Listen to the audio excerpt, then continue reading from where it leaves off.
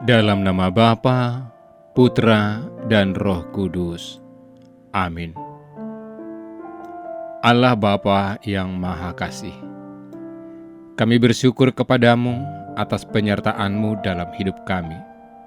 Sebentar lagi, kami akan mendengarkan dan merenungkan firman-Mu. Berkatilah kami, agar kami mampu memberi hati dan pikiran kami untuk merasakan kehadiran-Mu dan sapaan-Mu lewat sabda dan renungan hari ini. Dan semoga semuanya itu menjadi petunjuk bagi kehidupan kami dan menerangi kegelapan hati kami. Demi Kristus Tuhan kami. Amin.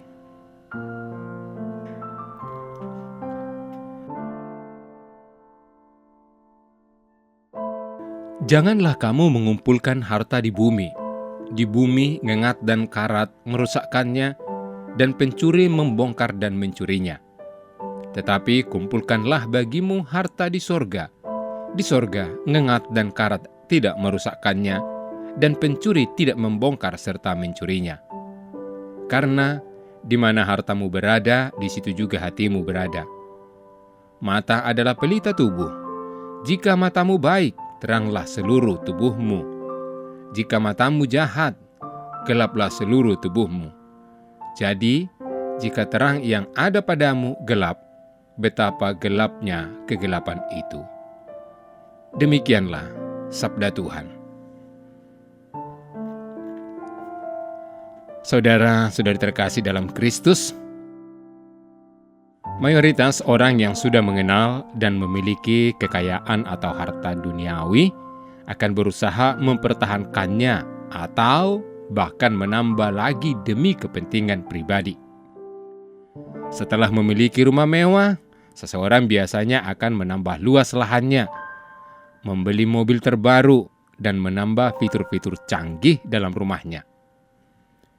Namun, ada orang Katolik yang memperindah rumah dan asetnya, tetapi tidak ada terlihat benda rohani yang ia pasangkan di rumahnya.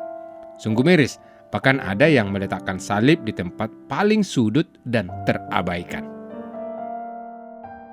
Apa yang Yesus maksud dengan harta di bumi dan harta di surga, saudara? Harta di bumi tentu mengacu pada kekayaan materi seperti uang, barang, dan aset lainnya yang kita miliki di dunia ini. Yesus tidak mengatakan bahwa memiliki harta di bumi itu salah, tetapi ia mengingatkan kita agar tidak menjadikan harta duniawi sebagai tujuan utama hidup kita. Harta di bumi bersifat sementara dan rentan terhadap kerusakan serta kehilangan. Sebaliknya, harta di surga adalah segala sesuatu yang kita lakukan dalam kasih, kebaikan, dan keadilan. Harta ini meliputi perbuatan baik, kasih yang kita berikan kepada sesama, dan iman kita kepada Tuhan. Yesus kemudian berkata, "Karena di mana hartamu berada, di situ juga hatimu berada." Pernyataan ini sangat penting karena mengungkapkan bahwa apa yang kita anggap berharga akan mempengaruhi hati dan kehidupan kita. Jika kita menaruh hati kita pada harta duniawi, maka hidup kita akan dipenuhi dengan kekhawatiran tentang kehilangan dan keinginan untuk memiliki lebih banyak. Sebaliknya, jika kita menaruh hati kita pada harta surgawi, kita akan menemukan damai sejahtera dan kebahagiaan yang sejati dalam hidup kita. Saudara terkasih, Yesus juga menggunakan analogi mata sebagai pelita tubuh. Ia mengatakan bahwa jika mata kita baik, seluruh tubuh kita akan dipenuhi dengan terang. Mata yang baik melambangkan pandangan hidup yang benar, fokus pada hal-hal yang baik dan berkenan di hadapan Tuhan. Sebaliknya, jika mata kita jahat, seluruh tubuh kita akan gelap. Ini mengingatkan kita untuk menjaga pandangan dan fokus hidup kita agar selalu terarah pada hal-hal yang benar dan adil di mata Tuhan. Kita diajak untuk merenungkan di mana kita menaruh hati dan fokus hidup kita. Apakah kita terlalu terikat pada harta duniawi yang sementara, ataukah kita lebih memprioritaskan harta surgawi yang kekal? Kita harus memohon kepada Tuhan agar diberikan kebijaksanaan untuk melihat apa yang benar-benar berharga dalam hidup ini dan keberanian untuk hidup sesuai dengan ajarannya. Saudara-saudari yang dikasihi Tuhan, Aloysius Gonzaga adalah teladan dalam menjaga pandangan hidup yang berfokus pada kebaikan dan kebenaran. Dalam pelayanannya kepada mereka yang terkena wabah, ia menunjukkan kasih tanpa pamrih, bahkan hingga mengorbankan nyawanya sendiri. Ia memahami bahwa harta yang sesungguhnya adalah kasih yang diberikan kepada sesama dan iman yang teguh kepada Tuhan. Melalui hidupnya, ia mengumpulkan harta di surga yang tidak bisa dirusak atau dicuri. Semoga terang Kristus selalu memandu kita dalam setiap langkah hidup kita, sehingga kita dapat mengumpulkan harta di surga dan hidup dalam damai serta sukacita yang sejati. Tuhan memberkati. Bapa yang terkasih, terima kasih karena Engkau bersedia memanggil kami pada hari ini untuk menjadi anak-Mu yang terkasih.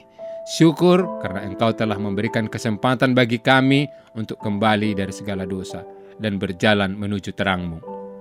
Kami mau sekarang ini juga datang kepadamu, ya Bapa. Doa ini kami sampaikan dengan pengantaran Kristus Tuhan kami. Amin. Allah Tritunggal Maha Kudus, Bapa, Putra, dan Roh Kudus.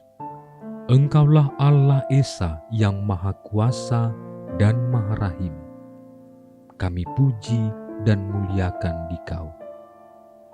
Di tahun komunitas basis ini, dengan sepenuh hati, kami mengagungkan Dikau, karena Engkaulah sumber, dasar, dan model sempurna kesatuan kami dengan Dikau, sesama dan alam ciptaan.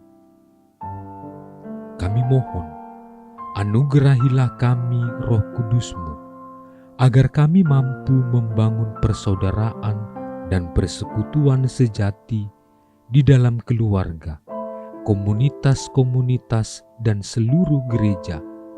Dengannya kami menjadi tanda kesatuan dan kehadiran-Mu di dunia ini. Bunda Maria, Bunda yang berbelas kasih, doakanlah kami anak-anak-Mu, agar hidup rukun dan bersatu seperti keluarga kudus di Nazaret, dengan pengantaran Kristus Tuhan kami. Amin. Dalam nama Bapa dan Putra dan Roh Kudus. Amin.